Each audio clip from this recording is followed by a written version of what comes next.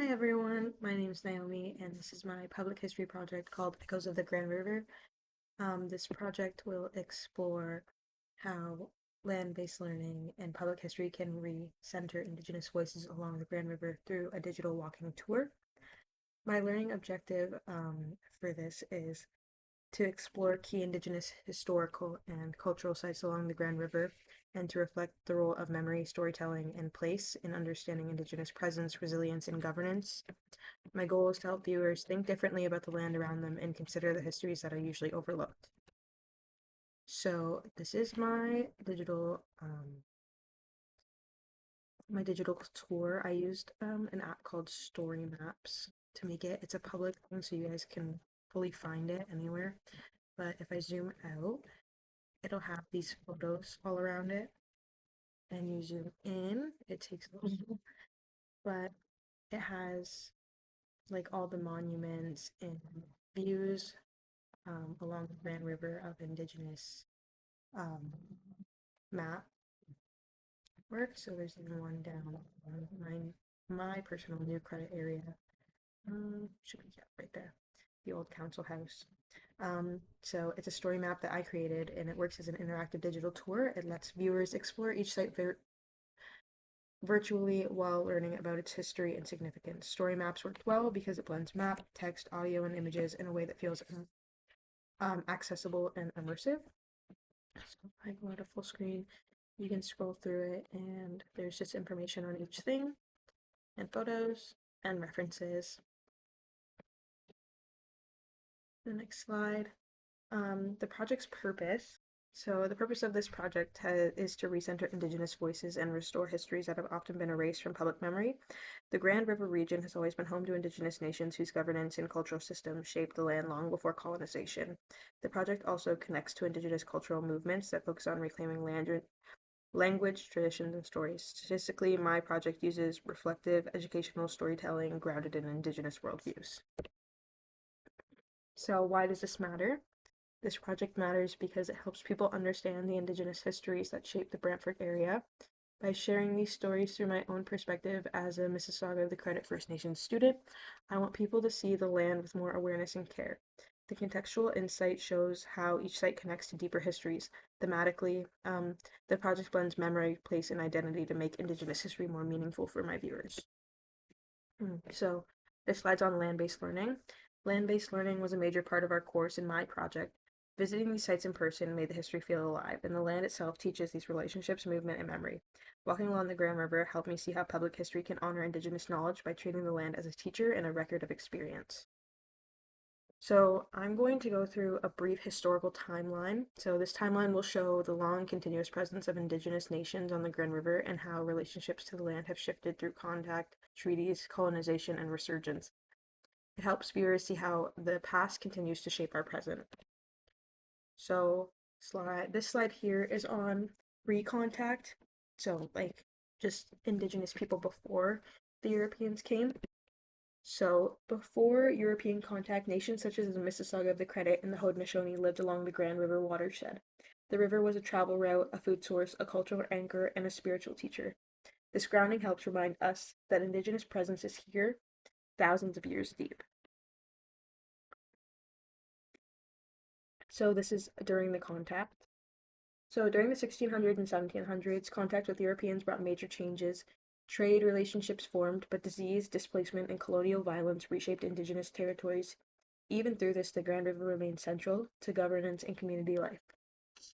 This is during the Haldeman Proclamation. If you don't know about that, I'm going to talk about it now. In 1784, the Crown granted the Haudenosaunee 6 miles on each side of the Grand River as compensation for their alliance. These promises were then broken quickly as settlers encroached on the land. This proclamation remains an important part of land rights discussions today. This is during the early to mid 1800s. By the early 1800s, settler institutions like the Mohawk Chapel solidified colonial presence.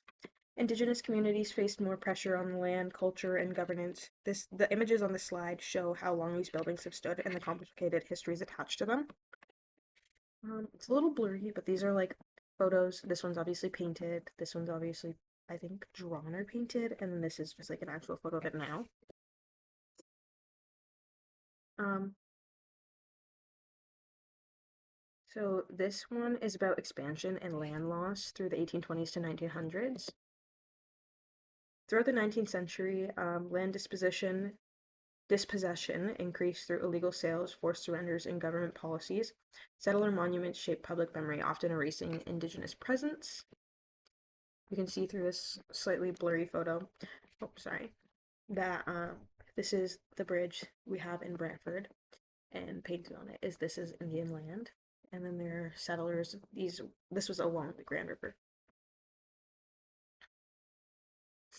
So this one's going to be on the Mohawk Institute or Woodland Cultural Center. If you don't know what that is, it's the residential school that we have in Brantford that's now turned into a cultural center where we have used to learn and talk about the horrors that happened during um, the time of residential schools. So the Mohawk Institute was one of Canada's longest running residential schools. Generations of Indigenous children were separated from their families, language, and cultures. Today, the Woodland Cultural Center stands as a place for truth-telling, education, and cultural resurgence. So this is about activism and resurgence during the 1950s and 1990s.